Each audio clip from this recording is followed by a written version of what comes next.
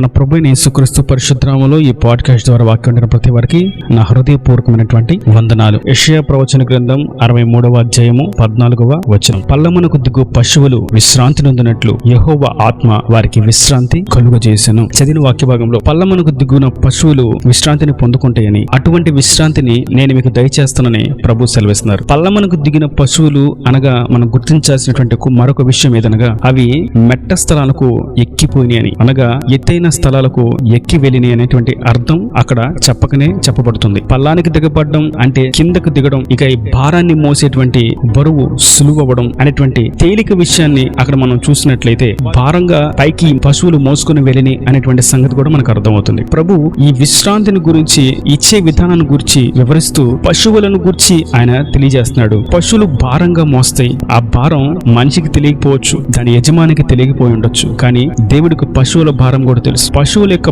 భారాన్ని కూడా గుర్తించగలిగినటువంటి దేవుడు మన దేవుడు. ఆయన పశువుల భారాన్ని గుర్తించి వాటికి సహితం విశ్రాంతిని కలుగజేసినటువంటి దేవుడు తన ప్రియ బిడ్డలకు ఎట్లాంటి విశ్రాంతిని కలుగజేస్తాను అనేటువంటి విషయాన్ని వాటి ద్వారా ఒక పాఠాన్ని మనకు నేర్పిస్తున్నాడు. వాటి మీద ఎంత బరువు పెట్టినా అది మోసుకుంటూ కష్టంగా భారంగా ఆ కాడిని మోస్తూ ముందుకు వెళ్తా ఉంటాయి. అది ఎత్తైన స్థలం నుంచి కిందకి పల్లానికి దిగుతున్నప్పుడు వాటికి ఎంత నెమ్మదిగా, ఎంత విశ్రాంతిగా, ఎంత సంతోషంగా ఉండిద్దో ఆ మాటను బట్టి మనకు అర్థమవుతుంది. ప్రభు నేను వాటికి విశ్రాంతిని ఎలా ఇస్తున్నానో, పల్లమునకు దిగినప్పుడు విశ్రాంతి వాటికి ఎలాగా అందిద్దో నేను మీకు విశ్రాంతిని కలుగ చేస్తాను. ఆయన మరొక విషయాన్ని ఇక్కడ మనకు గుర్తు చేస్తున్నారు. నేను మీకు విశ్రాంతిని కలిగిస్తాను. అయితే ఎలా కలిగిస్తాను అంటే నా ఆత్మ చేతనే మీకు విశ్రాంతి కలుగుతుంది. ఒకవేళ పరిశుద్ధాత్మ శక్తి చేత నింపబడిన వారైతే గనక ఈ మాట ద్వారా మనం పురుకొల్పబడవలసిన వారమై, పరిశుద్ధాత్మ నింపుదల ఉన్నటువంటి ప్రాముఖ్యతను, ప్రాధాన్యతను గుర్తించిన వారమై ఆత్మశక్తి చేత నింపబడాలి. ఒకవేళ పరిశుద్ధాత్మ శక్తి చేత నింపబడకపోతే ఇప్పుడైనా ఆయన ఆత్మ కొరకు,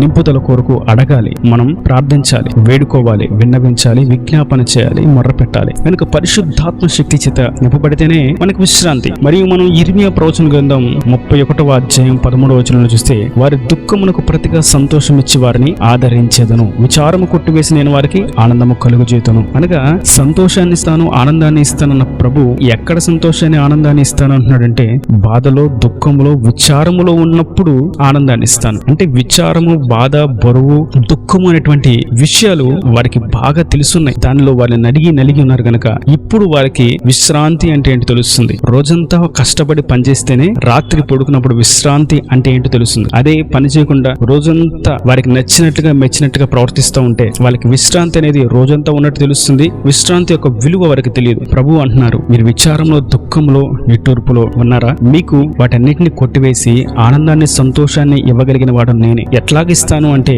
పల్లమునకు దిగు పశువులు ఎట్లాంటి విశ్రాంతిని పొందుకుంటాయో అటువంటి విశ్రాంతిని నేను మీకు ఇస్తాను. ఆయన ఆత్మ శక్తి చేతనే మనకి అటువంటి విశ్రాంతి కలుగుతుంది. ఇక్కడ గుర్తించవలసినటువంటి మరొక పాఠ్యం ఏదనగా ఆయన మనకు విశ్రాంతిని కలిగించి ఆత్మ చేత నీకు ఘనమైనటువంటి పేరు కలుగునట్లుగా నీవు నీ జనులను నడిపించితివి. అనగా ఆయన విశ్రాంతిని కలుగు చేసి భారము నుంచి తేలిక చేసి తన ఆత్మశక్తి చేత నింపి ఆయన వాగ్దానాన్ని నెరవేర్చి ఘనమైనటువంటి పేరును కలుగు చేస్తాడు. ఇందును గురించి మనం నిర్గమకాండం 9వ అధ్యాయం 16వ వచనంలో చూస్తే, నా బలమును నీకు చూపినట్లును భూలోకమందంతటా నా నామమును ప్రచురము చేయనట్లును ఇందుకే నేను నిన్ను నియమించితిని. ఆయన తన నామ ఘనత కొరకే మనల్ని నియమించాడు. తన మహిమ కొరకు మనల్ని సృష్టించాడు. ఆయన మహిమ కొరకు ఆయనకు స్తుతి యాగముగా, స్తోత్ర గీతంలో ఆలపించినట్లుగా, ఆయన గొప్ప మహిమ తెచ్చినట్లుగా ఆయన మనుషులను సృష్టించాడు. ఇప్పుడు ఆయన అంటున్నారు, నా మహిమ కొరకు, నా బలమంతా చూపించడానికి కూడా నేను నిన్ను నియమించాను. ఆయన పని కొరకు, ఆయన పరిచర్య కొరకు, ఆయన చిత్తం చేయవారుగా, ఆయన రక్తంలో కడగబడి ఆయన ఆజ్ఞానుసారంగా, వాక్యానుసారంగా జీవించేవారుగా ఆయన మనల్ని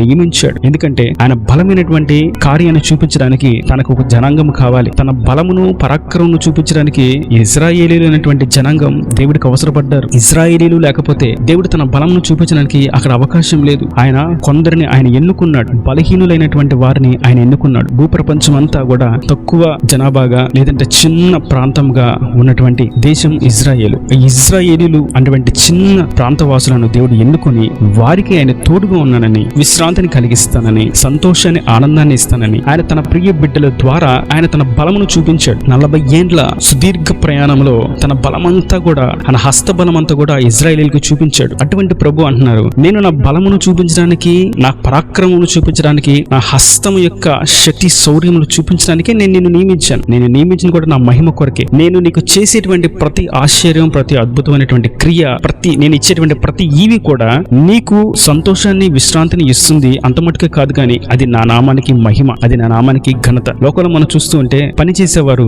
నేను పలానా పెద్ద కంపెనీలో పనిచేస్తున్నానని చెప్పుకుంటారు, లేదంటే పలానా పెద్ద రాజకీయవేత్త దగ్గర నేను ఉద్యోగం చేస్తానని చెప్పుకుంటారు. కొంతమంది నేను ఇంటర్నేషనల్ కంపెనీలో నేను పనిచేస్తానని చెప్పుకుంటారు. కొంతమంది ప్రపంచంలోని ధనవంతుడి దగ్గర నేను పనిచేస్తానని చెప్పుకుంటారు. అంటే వారి దృష్టిలో వారు ఉన్నటువంటి స్థాయిని బట్టి, వారికి ఉన్నటువంటి స్థితిని బట్టి వారి యాజమాన్యం వారికి గొప్పదిగా అనిపిస్తుంది. కారణం ఏంటంటే వారు అటువంటి గొప్ప స్థానాల్లో ఉన్నారు కనుక వారి ఎంప్లాయీస్ కూడా, వారి కింద పనిచేసే వాళ్ళు కూడా గొప్పగా ఆలోచిస్తూ ఉంటారు, గొప్పగా యోచిస్తూ ఉంటారు. ప్రభు కూడా మన దేవుడు పరాక్రమ కలిగిన వాడు, గొప్పవాడు. ఆయనను ఆశ్రయించిన మనం, అది మనకి విశ్రాంతి, మనకి సంతోషం, మరియు అది వారికి కూడా ఘనత. జనులు కూడా చూసినప్పుడు అటువంటి పలానా చోట చేస్తున్నావా, చాలా పెద్ద కంపెనీ లేదా పెద్ద ఉద్యోగము, రైల్వేలో చేస్తున్నావా, రైల్వే మంచి ఉద్యోగం, లేదా బ్యాంకులో వచ్చిందా జాబు, లేదంటే బ్యాంకు ఉద్యోగం అని, లేదంటే పెద్ద స్కూల్ కట్టా, నేను పెద్ద స్కూల్ కట్టావా, పలానా స్కూల్ కట్టావా, ఆ స్కూల్ నీదేనా, ఇలాగా ఆ పేరుకున్నటువంటి గొప్ప ప్రఖ్యాతిని బట్టి, కీర్తిని బట్టి వారు చేసినటువంటి పనికి విలువ వస్తుంది, వారు చేసినటువంటి ఉద్యోగానికి ఒక విలువ వస్తుంది. కొంతమంది భారతదేశంలో ఉన్నటువంటి ధనవంతుల దగ్గర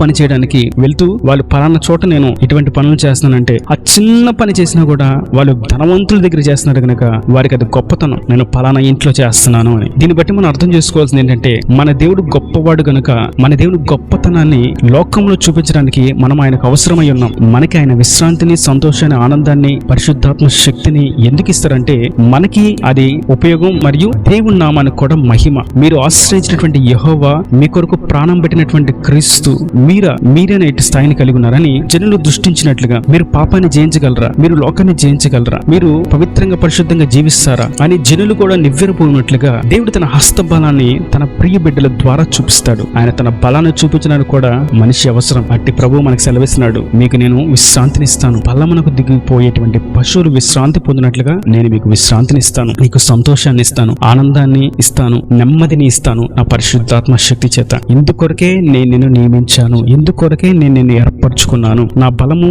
నా పరాక్రమము, నా ఔన్నత్యము, నా ఔదార్యము అన్ని కూడా చూపించడానికే నేను నిన్ను నియమించుకుని ఉన్నాను. నీవు నిలబడు, నీ ద్వారా నా నామానికి మహిమ తెచ్చుకుంటాను. నిన్ను దేశంలో గొప్ప ఘనత కలిగినటువంటి వాడిగా, గొప్ప పేరు కలిగినటువంటి వాడిగా నేను నిన్ను నియమిస్తాను, నిన్ను దీవిస్తాను, హెచ్చిస్తాను అని ప్రభు సెలవిస్తుండగా మనం ఆత్మశక్తి చేత నింపబడదాం. పల్లమునకు దిగినటువంటి పశువులు విశ్రాంతి పొందినట్లుగా దేవుడు మనకు విశ్రాంతిని ఇస్తున్నాడు. విచారణ కొట్టివేసి ఆనందమును, దుఃఖమును కొట్టివేసి సంతోషమును ఇస్తున్నాడు. అది కేవలం ఆత్మచేత, మరియు అది ఆయన మహిమార్థంగా మనల్ని హెచ్చిస్తూ ఆయన మనకి మహిమ కలిగినట్టుగా ఆయన చేయబోతున్నాడు. ఈ నాదమైన మాటలు ప్రతి వాని హృదయంలో నీరు కట్టి ఫలింపచేయను గాక. ఆమేన్. God bless you. తలల వంచి కన్నుల మూసెట్టితే మీకు ఒక చిన్న ప్రార్థన. ప్రేమ స్వరూపి కరుణ కటాక్షం తండ్రి, నా ప్రభువా, వాక్యాన్ని ప్రతి ఒక్కటి మీరు ఆశీర్వదించండి, దీవించిన వర్ధిలింపచేయండి.